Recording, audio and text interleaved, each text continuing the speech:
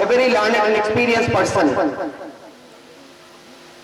His speech will be something to look forward because he is closely associated with the students and with the people we deal with. He is none other than Dr. Nikhil Bhushan Dey, Professor Emeritus. May I now have the honor to invite Sir to please come and address the gathering. Today, I am happy to have the association of people who are dedicated for the education in various rural areas and weaker sections of the society. We have today, at least I find, two educational entrepreneurs who are sitting in the dais. The president of the managing committee of the Paragon Senior Secondary School. Really a leadership which is shown in his appearance itself. I am very much impressed that within this short period of time, how this entire senior secondary school from junior college and the secondary combined together under his able leadership is taking a lead for rendering quality education in this part of the country. I am also fortunate to have sharing the dais with Mr. Zakir Alam Zakaria. I remember on many occasions I met him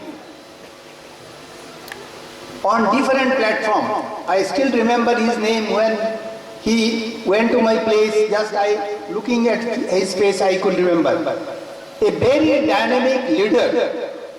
So with the combination, I was just thinking, with the combination of our Mr. Kabiruddin Sahib and Zakaria Sahib, both of them are contributing for the development of this particular institution. And not only this particular institution, but for the entire Barak Valley itself. We have also our chief guest on this occasion, Mr. Shahnaz Khan, who is the DIG of CRPF of this range, and he is with us. I understand he is also an inspiration, a motivation for our students. Learned, invited guests, media and parents and the students of this institution.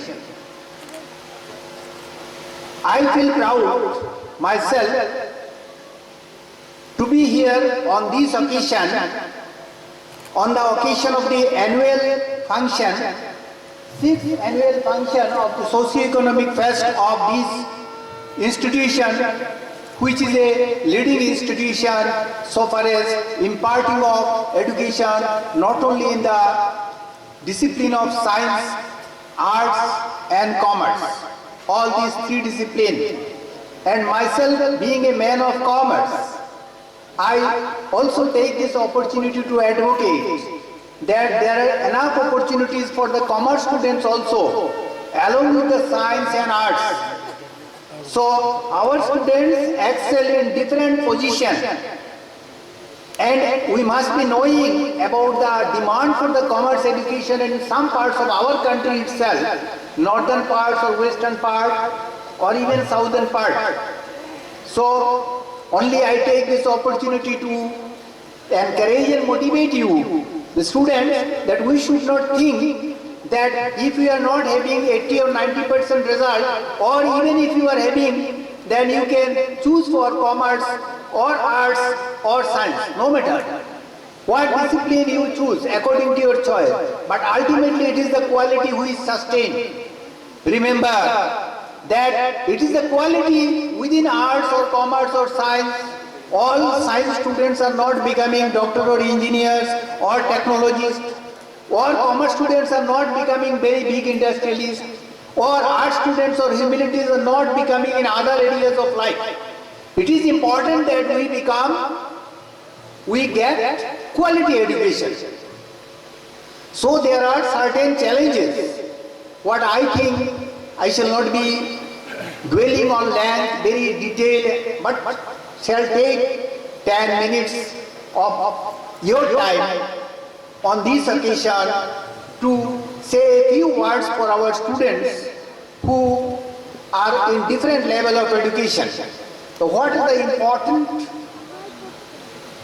factors? What are the important motivation? What are the important challenges they are likely to face in the present context of education? We might be knowing about one word that is called change. And we are just now discussing about the degree of change or rate of change which is taking place in the life in every aspect, not only in terms of technology, but in terms of the social, in terms of the political, in terms of their business, in terms of the every sphere of life. The change is very important, and what we are to do, especially my young friends, the students who are the future of the nation, that they must always be prepared for accepting and adopting to the changing environment. In management discipline, there is a subject now called change. In my childhood, when I appeared for the civil service examination, there was an essay on change, and I had to write in 1973. I still remember what I have written, I have forgotten, but I wrote, and I got. Change, what is this? This is a part of life. Many a time we find that the older people or the younger people sometimes do not like to accept the change. For example, I am taking about the banking sector. When we were students, then this technological revolution just started, especially in the banking sector. And most of the trade unions in those days in the banks were agitating against this technology. There will be loss of job, employment, and so on and so forth. But we cannot resist the change, which is a part of life. And what happens today? Are we going for withdrawing money to the bank and being in the queue? No, we are going to the ATM. We are using the technology. And each one of us, it has come. Sooner or later, we will have to adopt to this. So remember, in life also, whenever in a changing environment you find, please try to adopt yourself. When there was a globalization, liberalization and privatization, we call it LPG. When it started, again there were lots of agitation that we should not go for the global marketing environment, liberalized marketing environment. Agitations were there, but what happens? We had to accept it. So what we need to do is to change ourselves, not the environment. Environment will take care of, we will have to change ourselves according to the environment. So this is one important thing we have to remember. The second important thing, what I like to say, and especially referring to APJ Abdul Kalam, he used to say always, dream. And we should dream. And dream should be such, we should not allow us to sleep. It should disturb our sleep. So we should dream. What I mean to say is simple thing. We started in our school days writing aim in life. I think still in the school it is that you write something about aim in life, what you want to become. And remember, it is very important, each one of us should dream. If we fail to do so, then naturally at certain point of time, we will not be able to achieve. We must have a goal, we must have a target. That's why it is very important that dreaming is required. And dream should not allow us to sleep properly. That such dream should be there. So especially for the younger, my beloved students, I like to say that always you try to find out, in the university also sometimes we ask in the class that we used to ask, of course, that what is your dream, and many of them remain, what we can say, blunt, no reply in most of it. It should not be. It is not necessary that always you will be able to achieve that or that dream which you are dreaming, but you should have this. And then only you will be able to achieve. And it is the reality that those who dream should be followed by action.